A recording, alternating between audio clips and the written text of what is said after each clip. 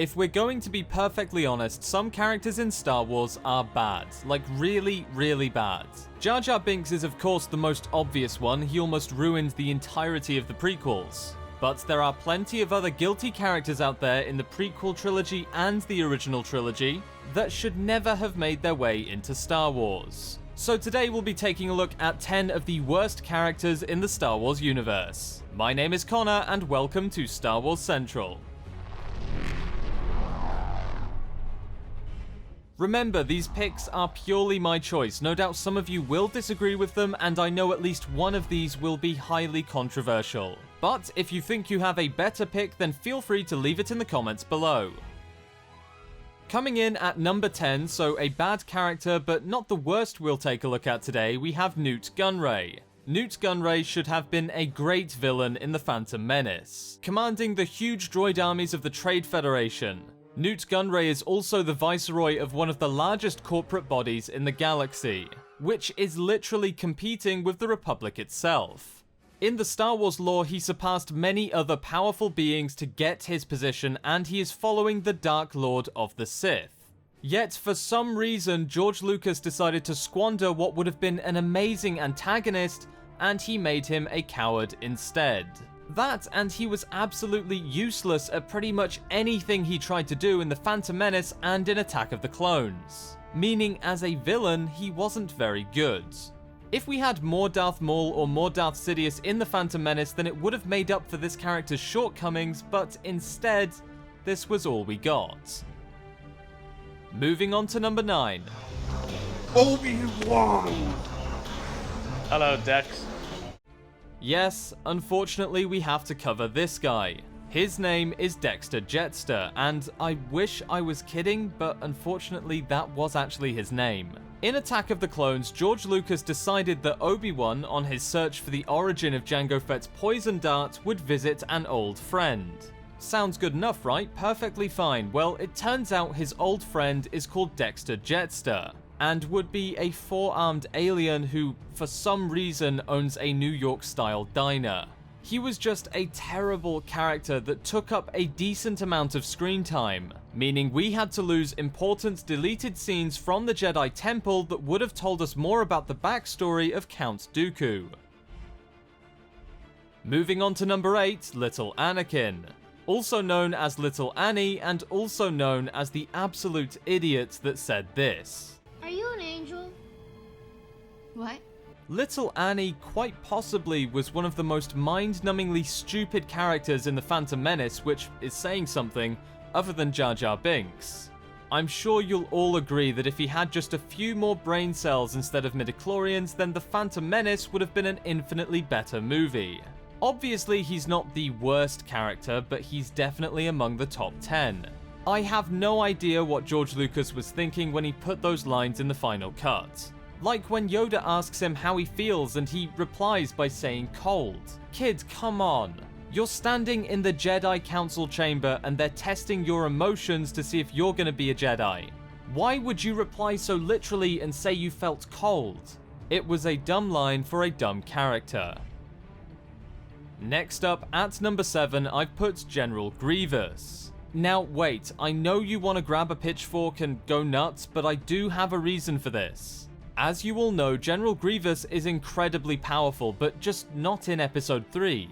I'm not talking about General Grievous in the Clone Wars, both 2003 and animated. That General Grievous was awesome, he took on loads of Jedi, showing incredible skill, and was just an all-round badass. Unfortunately, I'm talking about the Revenge of the Sith Grievous, whose only interesting scenes seem to be a lot of coughing, shouting at droids, and finally a pretty one-sided battle with Obi-Wan Kenobi. To clarify here, the Clone Wars did a great job of showing how powerful General Grievous was, how skilled he was with a lightsaber, and also some of his backstory as a Kaleesh warrior. Revenge of the Sith, on the other hand, did nothing at all to even attempt to explain General Grievous. They just assumed that everyone had seen the 2003 Clone Wars cartoon, and that was enough to explain arguably the most important character for at least half of Revenge of the Sith. And for this reason, in Revenge of the Sith alone, he was a bad character. If you hadn't seen the Clone Wars cartoon and you were just the average Star Wars fan going to see it at the movies, General Grievous was effectively a token. He meant nothing to the audience, and his few lines and frequent coughing just proved how much Lucas actually cared about giving us a worthwhile villain. And yeah, sure, the main villain of Revenge of the Sith was of course Palpatine, who then became the Emperor, but it would have been nice to see Grievous be the badass that we know he is. Funnily enough, some of the deleted scenes from Revenge of the Sith actually showed how cruel Grievous was when he killed Shaak Ti. Unfortunately, this scene was cut, which again makes absolutely no sense to me. Moving on to number 6, Boss Nass. The Gungan race really were a bad decision by George Lucas. Not just a bad idea, actually a terrible idea. And Boss Nass is no exception. Some people actually like his character, which confuses the hell out of me, and whilst in any other movie I'd probably be fine with this level of stupidity, not in Star Wars. All of his lines were said to have some form of comedic effect, and the scene at the end where he lifts up a ball that is meant to symbolize peace, words do not even begin to describe the facepalm many of us experienced seeing that on screen. Anyway, moving on to these two idiots, they are known as Fode and Bede.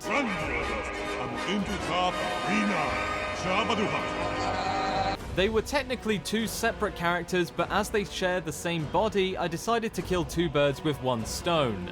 These two characters took what was a serious and tense moment in The Phantom Menace and yet again tried to add comedy. Adding this character was like stepping across the line in the sand, where Star Wars stopped being on an alien world and just became a cheesier version of a cartoon race.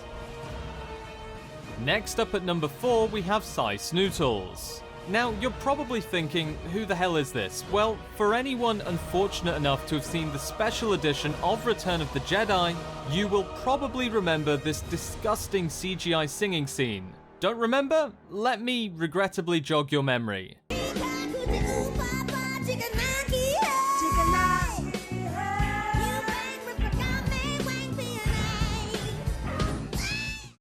George Lucas, in his infinite wisdom, replaced a perfectly fine original sequence with these CGI characters. And he basically inserted a music video into Return of the Jedi.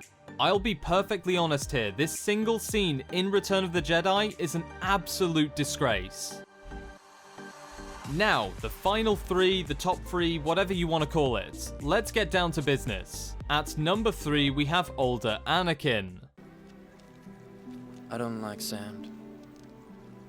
It's coarse and rough and irritating, and it gets everywhere. Okay, so you've got to be kidding me. What purpose did this scene serve? The entire point of that line was so Anakin could call Padme soft. What a terrible character, like easily in the top 3, and to be perfectly honest, if it wasn't for Jar Jar, he'd be closer to the worst. The disappointing part of all of this is that the entire saga is literally built around his character. Anakin Skywalker in the Clone Wars and Legends? Epic. Anakin in the movies? Not so good. It's just a shame his dialogue was so bad, in both Attack of the Clones and in Revenge of the Sith.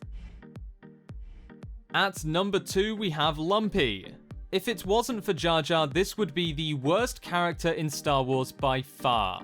Now, just to clarify, this didn't come from the Star Wars movies, this came from the Star Wars Holiday Special. It was so bad that George Lucas himself said he wanted to smash every single copy with a sledgehammer.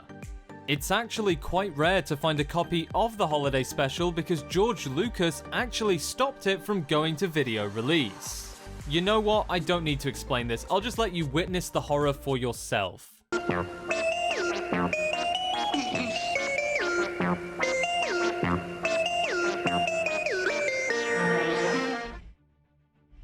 And last but not least, at number 1, this should come as no surprise to anyone here, we have Jar Jar Binks, who is by far the worst character in Star Wars ever. Period. Nobody else is worse. The amount of damage this single character did to the Star Wars universe is insane. The plan that Darth Sidious had to create an army of the Republic and seize control by executing Order 66? that all relied on Jar Jar Binks. Arguably the dumbest Gungan, his own species literally exiled him because of his stupidity. Palpatine's entire plan relied on this idiot being given a political position. Honestly, I wish I was kidding.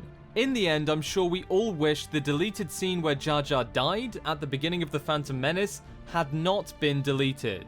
I'm sure that sounds pretty dark, begging for a character to be killed, but imagine all the pain and suffering that could have been avoided if Jar Jar had just not existed from this point on. Anyway, that's it. Obviously, I'm sure many of you disagreed, especially with General Grievous, and maybe you think there's a character worse than Jar Jar Binks. If you think you have a better top 10 pick, then post it in the comments below. The weirdest or best top 10 pick that I see will win some Star Wars games or a Star Wars t-shirt of their choice. Thank you so much for watching, guys. If you liked the video, please consider dropping a like, it is very much appreciated. And if you want more Star Wars content just like this, as well as news about the upcoming movies and games, then consider subscribing. I'll see you next time, and may the Force be with you.